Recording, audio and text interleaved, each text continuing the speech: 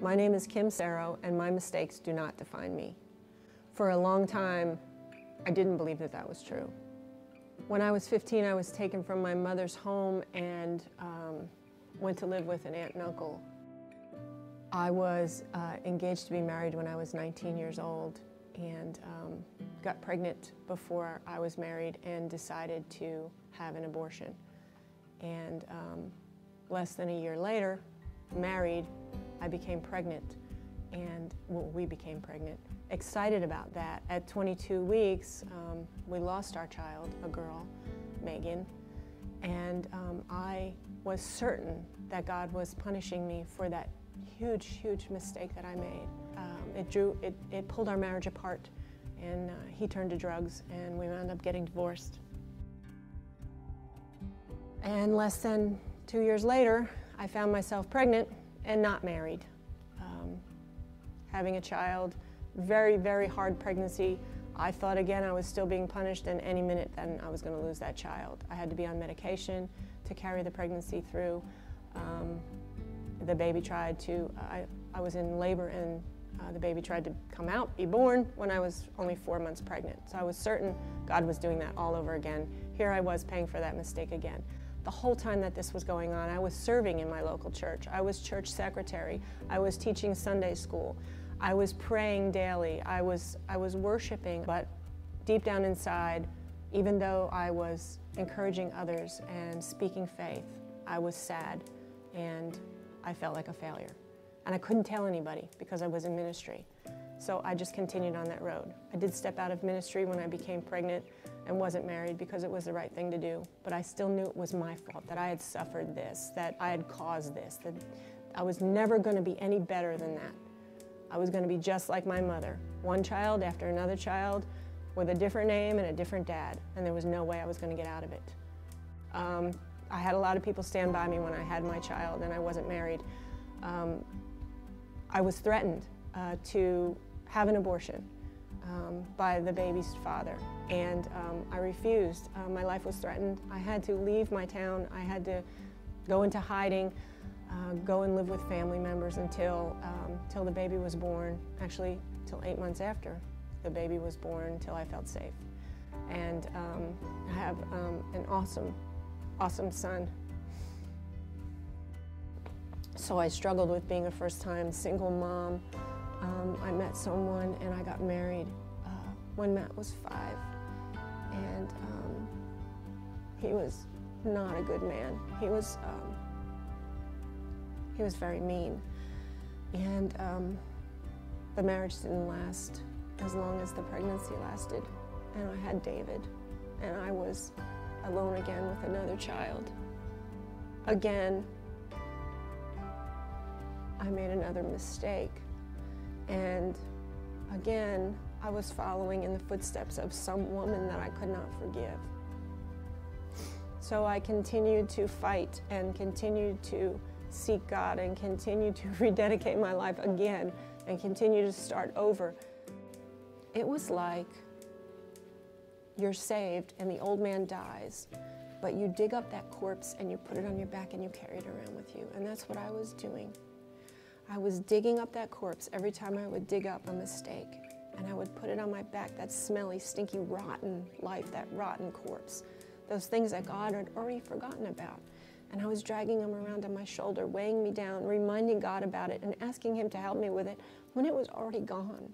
God had already forgotten about it, but I didn't know that. And so things were going well for a while. A friend who I had known since I was 5 years old, I became close with, and we got married when David was 3.5.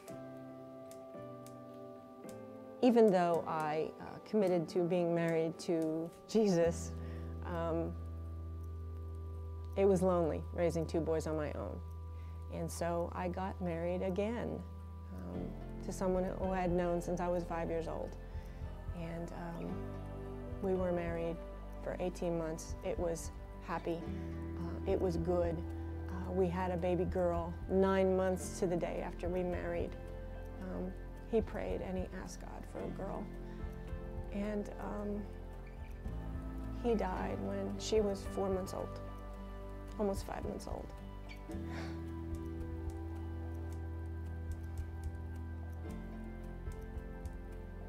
I must deserve this somehow. I had to have caused this. I made this choice, so how did I go wrong, God? How did I make this wrong choice again?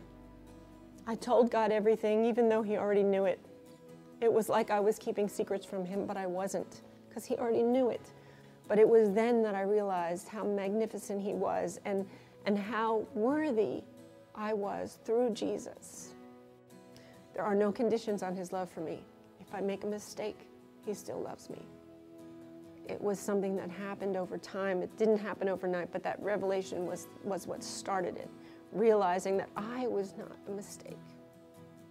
I just want to say this to everybody that's listening, watching this, that if someone has told you that you're a mistake, you are not a mistake. You are not a mistake. I was told I was a mistake. I was not a mistake.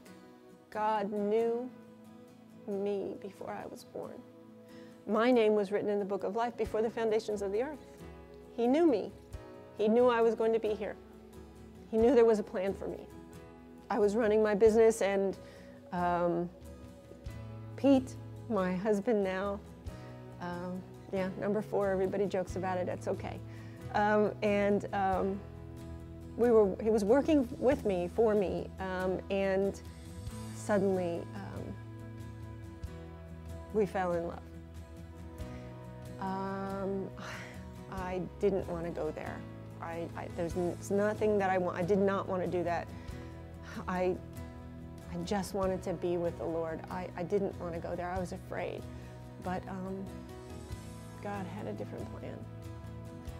Pete and I were married, and more children came into our home, and more children came into our home. And before I knew it, we had fostered dozens of children and adopted Riley, and here we are still doing it. And I was cleaning through a box of old things when we had moved, and I found some old bulletins from from an old church, and I pulled it out and I read it, and here it was. It said, it was a prophecy given to me by, I don't remember the woman's name, but I remember her face, and she said, God wanted me to tell you that you're going to be mother to many. And this had happened back in my 30s. And I just wrote it down and stuck it in a box. I didn't think anything like that would ever happen, and here I am. What God said, you will be a mother to many, has happened. And what the enemy meant for evil, for destruction, for failure, God meant for good. I still make mistakes, but I know that when I do that, Father God is there, holding my hand, helping me. And so all of these mistakes that happened to me, that I brought on, that I decided on, the choices I made, the steps that I made that were wrong, all of those things, that very first abortion that I felt like started that ball rolling, all of that was meant for bad, meant for evil, meant for that destruction. God saw to it that lives would be saved through this, and that I got to see that my mistakes were part of His plan, and I embrace them. I embrace them now, and I tell people, and that's why I'm telling you, that your mistakes do not define you.